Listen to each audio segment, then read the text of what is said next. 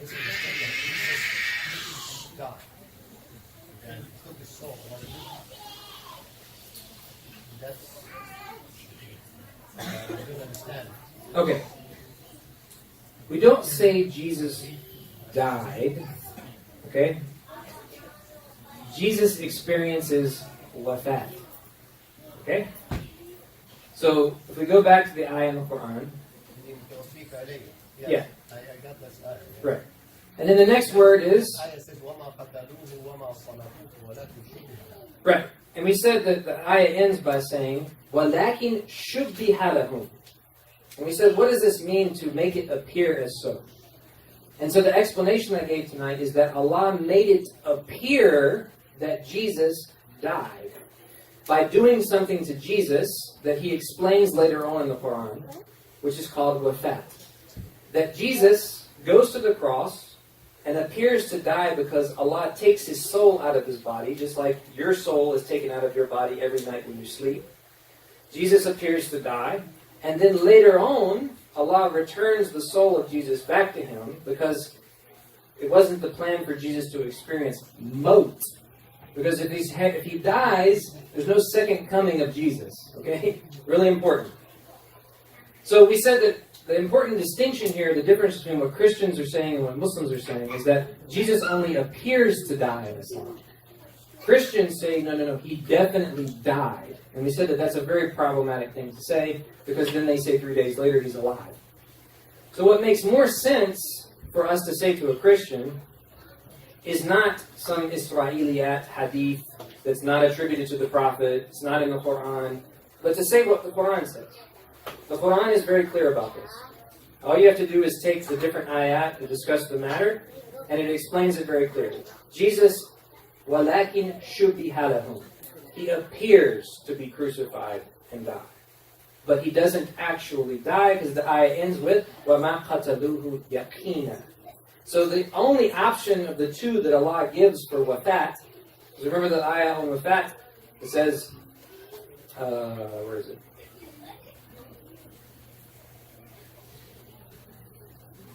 Yeah. Allahu yatawaffa al-anfusa hina mawtiha wallati lam tamut fi manamiha. So Allah only gives two options for wafat. One is you actually die, and the other one is your soul is only temporarily taken out of your body. So the only possible meaning for wafat here for Jesus is not death. And that's why we don't say He died. It must be the other meaning of wafat. To be temporarily appear to die. Next question. His body stayed up there?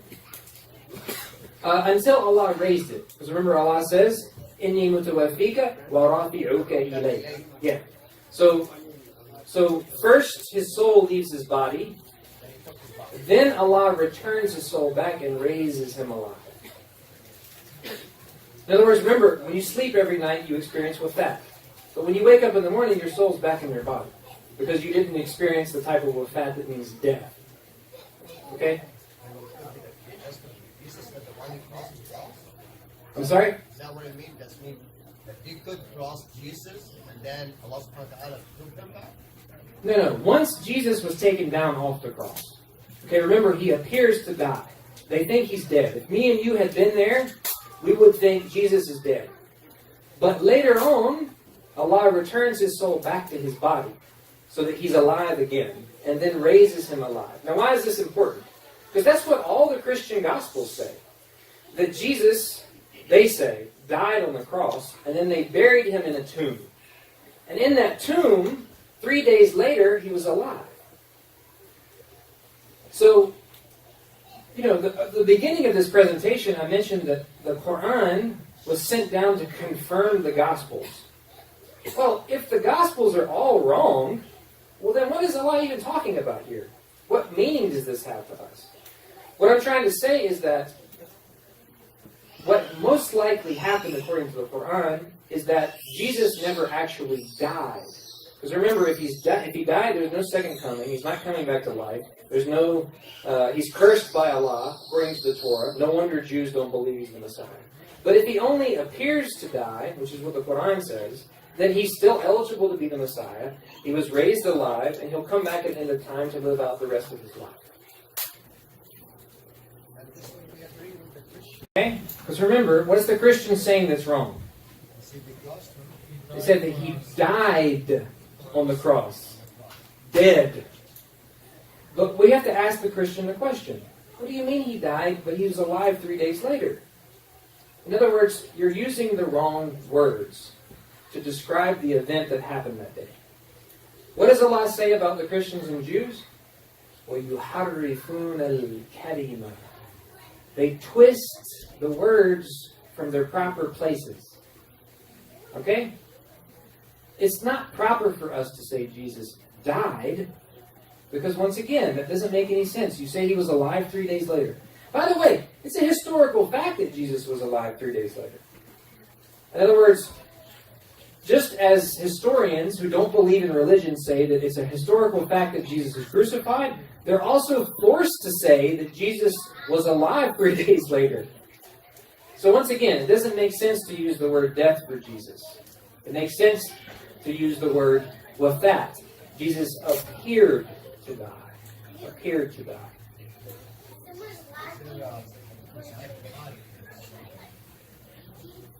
was with the Hawariyeen. He asked who will take his place. And then he picked one of the Hawariyeen instead of Jesus. And Allah put all the total look of Jesus on him. You came late, didn't you? Yeah. Okay.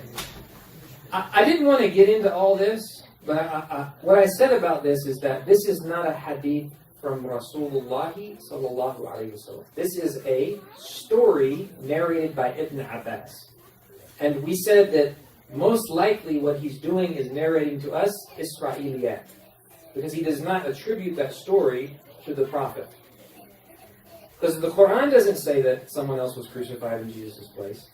And there's no hadith from the Prophet. Don't take my word for it. Go. Clearly, وَلَكِنْ شُبِهَ لَهُمْ. because he put one man that looks exactly like him. Now, I'm not trying to change the kalim and the wadah, but that's how, and logically, I will understand the ayah. Allah subhanahu wa ta'ala. Where do you get from lacking شُبِهَ لَهُمْ that another person was crucified in Jesus' place without taking that story and applying it to that verse?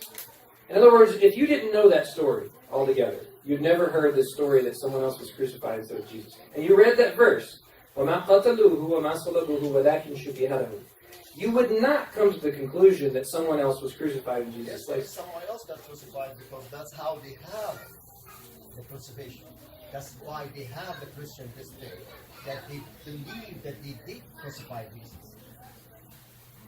Well, like I said, the difference between us and the Christians is that Christians say Jesus died, like dead.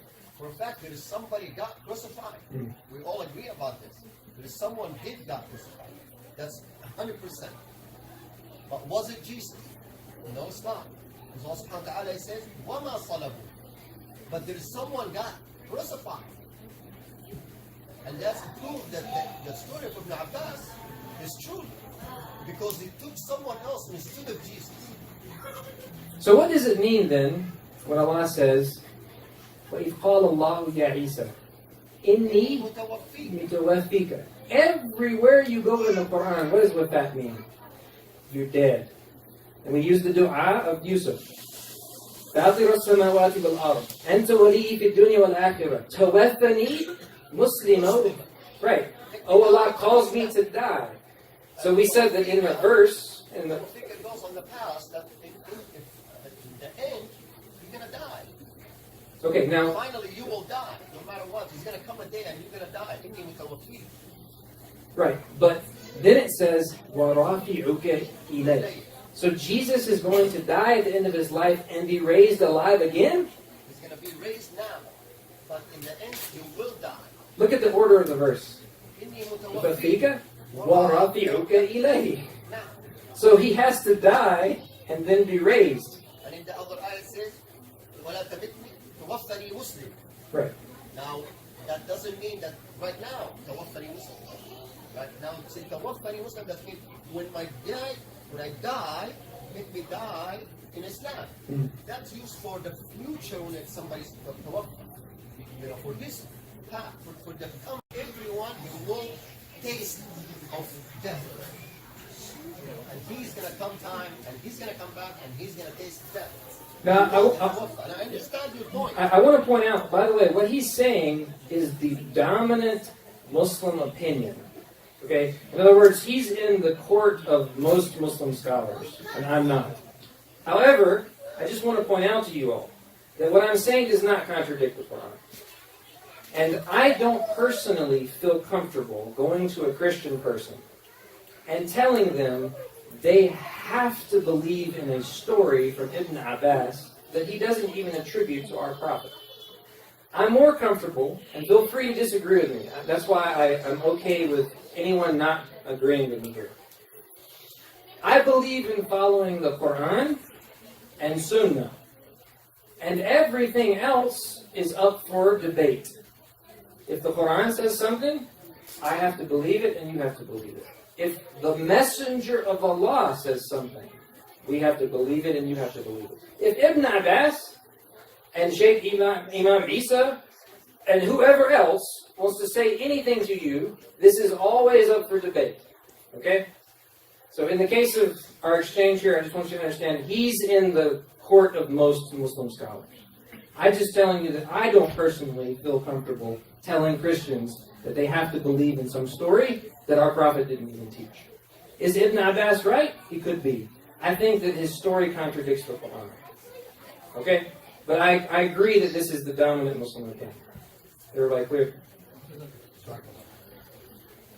Yes, sir. Small question. You said the difference between a prophet and a Messiah. What is the difference between a Messiah and a Rasul?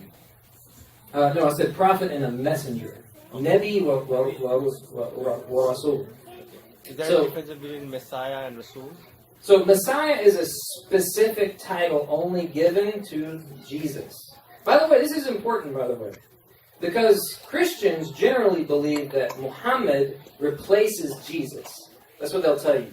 Now, you guys believe in Muhammad, we believe in Jesus.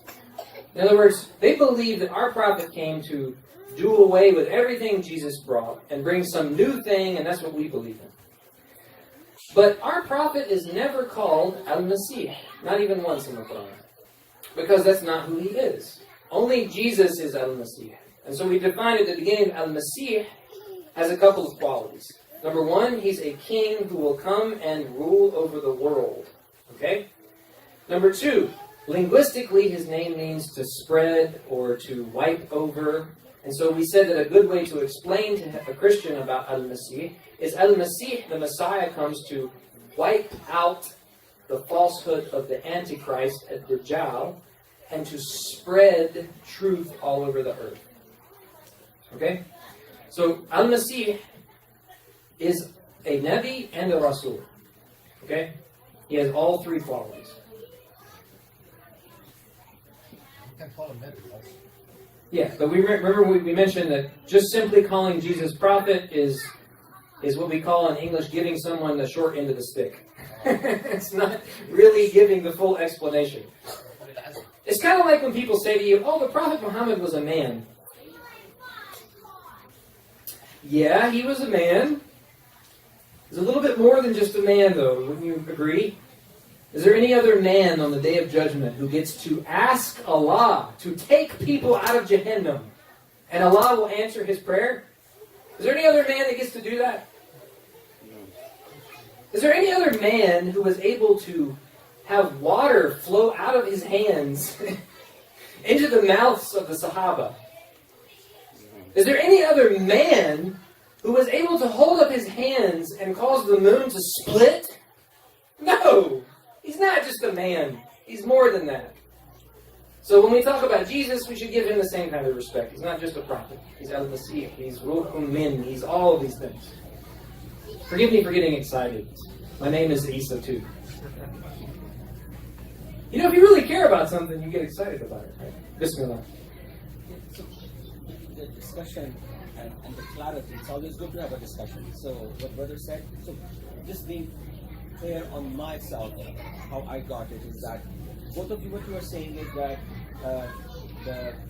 Isa ibn Maryam, that the Messiah, he was not he didn't experience death, So what you are saying is that there was a person who was there and could not die, right?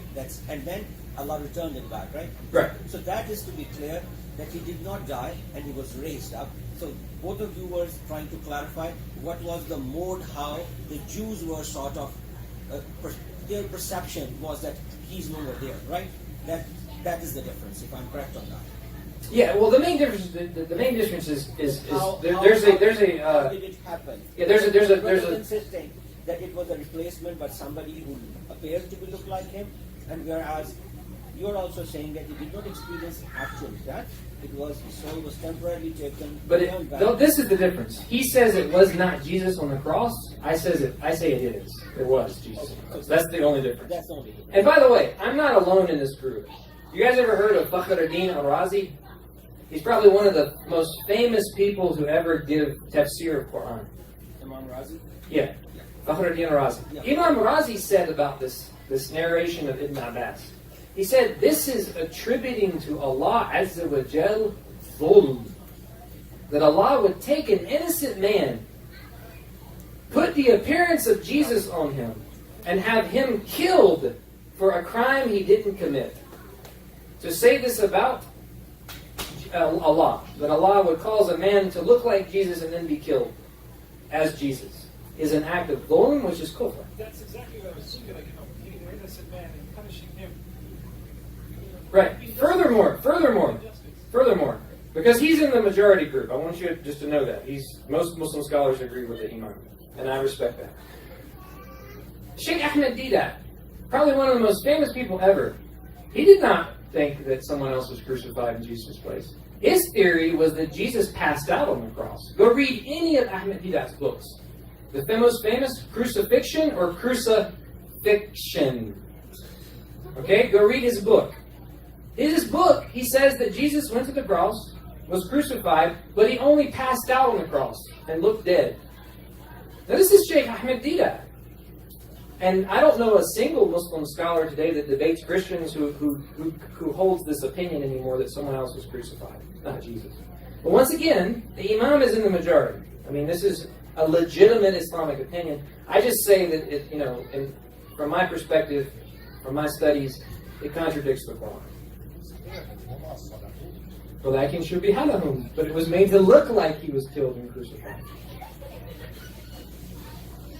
As a personal opinion, growing up, I knew about that story, and yeah, I had that question: why innocent man Allah will take out? Today, after your explanation, that makes more sense to me. I can give you more evidence, but I don't want to spend all night on this one topic. What about the other stuff, other than the crucifixion thing? I would like to have some questions on that. I speak for this is one of the best lectures I've heard about Jesus. I love Jesus. Really, wallahi, I love Jesus Christ. I mean, brothers and sisters in Islam, do you know how close we are to a time in history when there's going to be a man who stands up in Israel and claims to be the Messiah, and he's not going to be Jesus? Who is that man? The Antichrist. What do you think happened when is it okay for him to have cookies? He can have my cookies, I don't care. I just want to make sure his mom's not going to get mad at me. Okay, I have children too. What do you think happened when Donald Trump moved the embassy to Jerusalem? That means the United States recognizes now that the Jews have every right to call Jerusalem their capital. Do you know what they believe about the Messiah? That the Messiah has to rule the world from, not Tel Aviv, Jerusalem. So they're one step closer. Now Brazil's going to recognize them. A few other countries are going to recognize them. Some of them, they put up a fight at first, like, oh, no, United States, what are you doing? This is bad. Watch and see, the next few years, one after another, every country on earth is going to recognize Jerusalem as the capital of Israel. And the Palestinian people, bye-bye. Who cares about them? Even the Muslim countries don't care about them. Let's be honest. But this is all happening for a reason, right? Because what has to happen? According to our Prophet, he said, sallallahu alayhi wa sallam, Imran al-Bayt al-Maqdis, kharabu Yathrib. وخراب يثرب خروج الملحمة وخروج الملحمة فتح القسطنطينية خروج الدجال. that when you see Medina, Yathrib, as a city, Jerusalem becoming very important, then the next thing that happens is the Great World War. And right after that, he said, the conquest of Constantinople. And then after that, he said, the Antichrist would come out. And according to, I believe Ibn Abbas actually, in Abu Dawood, he says that Antichrist will come out after 7 years after the conquest of Constantinople. And so, when the Antichrist comes, brothers and sisters in Islam, do you know what he's going to do? He's going to make Islam illegal. He's going to make Christianity illegal. Are you listening, Christians? He's going to make your religion illegal also. You know why? Because your religion and my religion says that Jesus is the Messiah. But when there's a Messiah in Jerusalem, and he's ruling the world, and the Jews have all accepted him, that means your religion and my religion is wrong. And it will be illegal to be a Muslim and illegal to be a Christian. And now do you understand why the Prophet ﷺ said he's the greatest fitna you and I will ever experience? Because what are you going to do when it's illegal to be a Muslim? When they tear these buildings down? When you can't pray, you can't wear your hijab, your kufi, you can't have your name, nothing. You will have to accept the Dajjal, or you'll be put in jail. That's what's coming in the future. That's why this lecture is so important. Because you know for a fact from your own revelation that Jesus is the Messiah.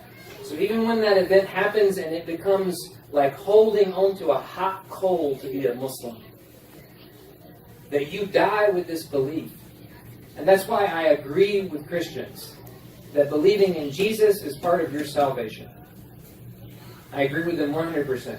I may not understand it the same way they do, which is to the exclusion of Muhammad, but I agree with them that believing in Jesus is part of your salvation. And that's why, like I said at the very beginning of this lecture, I gave you the hadith from Bukhari and Muslim, where the Prophet ﷺ says, anyone who testifies that there is no God except Allah, and he's alone without partner, and Muhammad is his messenger, and that Jesus is the Messiah, will enter paradise through any gate they wish. So the belief in Jesus as the Messiah, brothers and sisters in Islam, is not only an important theological idea, it will have implications in your future. Trust me. And it will happen in your lifetime. I mean, I have no doubt about it. These signs are all coming to pass very quickly. If not in your lifetime, definitely in the lifetime of your children. So make sure you teach this information to them as well.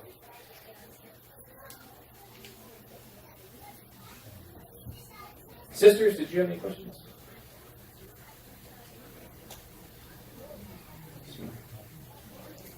All right, well, I think we all want to pray Isha at some point, right?